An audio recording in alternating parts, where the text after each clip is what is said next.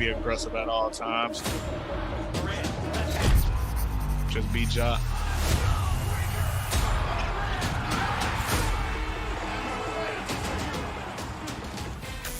It's game time. Grizzlies, Dillon Brooks warming up in advance of tonight's Game 6 against the Timberwolves, 9 Eastern over on ESPN. Grizzlies looking for their first series win since 2015. Memphis is the highest scoring team in the fourth quarter in this year's playoffs, while Minnesota ranks last in both fourth quarter scoring and field goal percentage. Let's send it out to Michael Eaves and the Countdown crew in LA.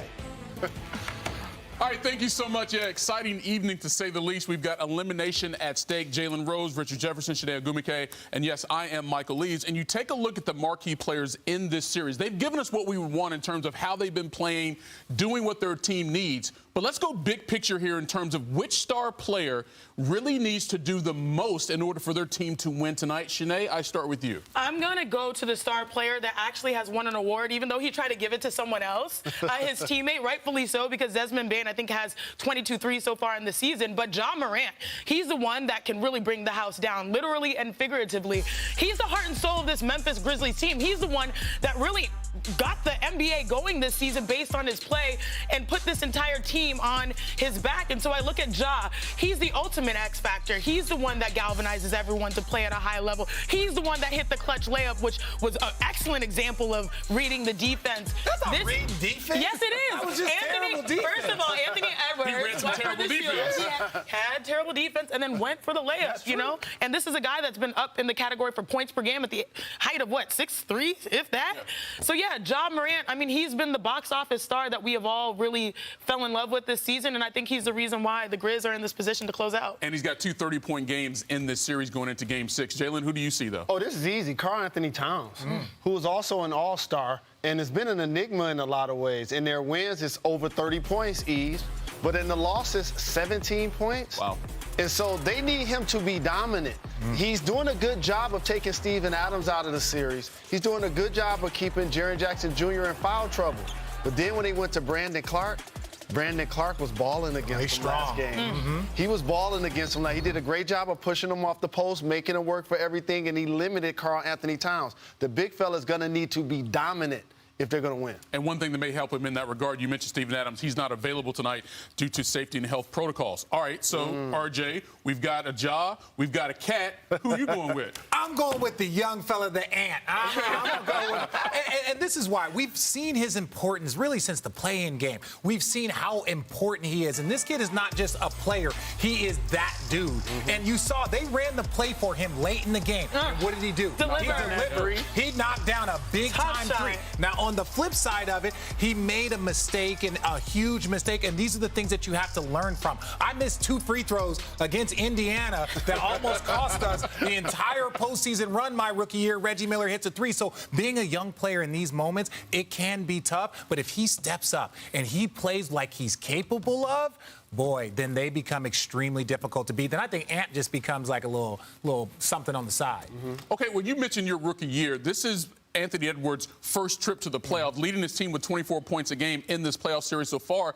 But how will the pressure of elimination potentially impact the youngest players on these two teams? Well, first of all, I'm going to talk about Ant. I don't think he feels pressure. He's an old soul, by the way. He don't feel pressure. This is the same man that named his dog Anthony Edwards Jr. This man is loving life, enjoying it. So I'm not saying that if he plays bad or doesn't play bad. Look, he was already in a play-in game. He's already been balling on the road, doing some things. I'm not saying that he's going to be perfect, but if he plays to his capability in doing what he's been doing, then they become a big problem. Now, we think pressure on young players? I don't think there's pressure because he's an old soul. I think the big matchup is exactly what Jalen said, Cat, because you look at the perimeter play, Ant, Ja, that's a head-to-head matchup. But the reality is Cat is the mismatch. Being able to shoot so well at the center position, led the NBA in percentage from, centers at 3. You look at him, if he balls out, that makes their lives so much easier. Last word, Jalen. How about D'Angelo Russell has to do something as well? Show up. Bane and Dillon Brooks have kept him quiet this series. Ja's been electric. They're going to need their point guard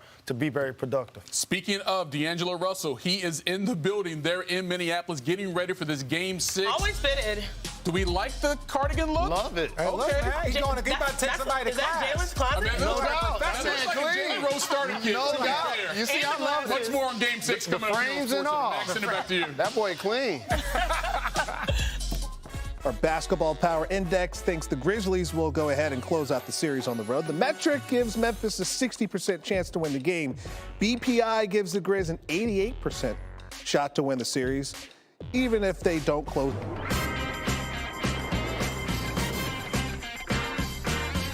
He is Jalen Rose. I'm David Jacoby. We are Jalen and Jacoby. What is it that we do? They want. Everything lined up perfectly for the Lions in the NFL draft last night. We will discuss that, but nothing was more perfect than Chris Paul against the Pelicans. 14 for 14 from the field, Jalen. And also, the level of perfection is the master of the mid-range and never dunking the ball. See, a lot of times when you see stats like this, it's because somebody was getting dunks. Like, these is runners, these are floaters, these are 15-footers. And while we've made sure to acknowledge and give praise to the freshman class, as I'll call them, with the Pelicans, in particular Grand Theft Alvarado, who was picking up CP3 94 feet. I told you they was going to get somebody in the backcourt to kind of screen for him, to free him up a little bit. And like I also told you, you can pick me up 94 feet, but once I get inside that three-point line, you about to get these buckets. You're mine. You know what I'm saying? You about to get it. And he gave it to him. And shout to my brother Detroit Willie, pictured right there with CP3, because he took this Pelicans team out of the abyss, Jacoby, with their bad start. No Zion this year, developing rookies, Alvarado, Jones, Murphy, making them rotation players. Brandon Ingram took the leap, adding C.J. McCollum, both of those guys who struggle from the floor. But this was about CP3. And then the return of Devin Booker. It was great to see him back in the lineup. It was great to see Booker back, and especially as you look forward to the next series, it's good to get him one game, get warmed up. He contributed, he did his thing, but it was also Mikal Bridges. You know what I mean? Like, what Mikal Bridges has brought to this team in this series just shows you how valuable he is and why they signed him long-term, because he's so effective on both ends of the floor. Absolutely. And the thing about Bridges' production and Ayton's production, like, we got to understand that they won the West last year. Like, they're young, experienced, grizzled at playing basketball in the playoffs, so very young in their career. Mikal Bridges never misses a game. Look at this Herb Jones steal, Jalen, in the finish. Oh, I love, you know, Herb Jones was out there. This move right here, lefty behind the back, you know how much I love. And Jacoby, you know how much I ride for the lefty number 5s, by the way. and Herb Jones not only plays D, but shows you that he can get out in transition and make a play. Like, the future is bright with the Pelicans, and as I mentioned, like, they're a Western Conference stock without Zion that you can now invest in. Getting Zion back really becomes a game changer, hopefully, for them next season. Yes, I look forward to the Pelicans next season. It was so fun to watch them. I'm going to miss Jose Alvarado so much, but congratulations to the Pelicans and New Orleans for that win. But waiting for the Suns.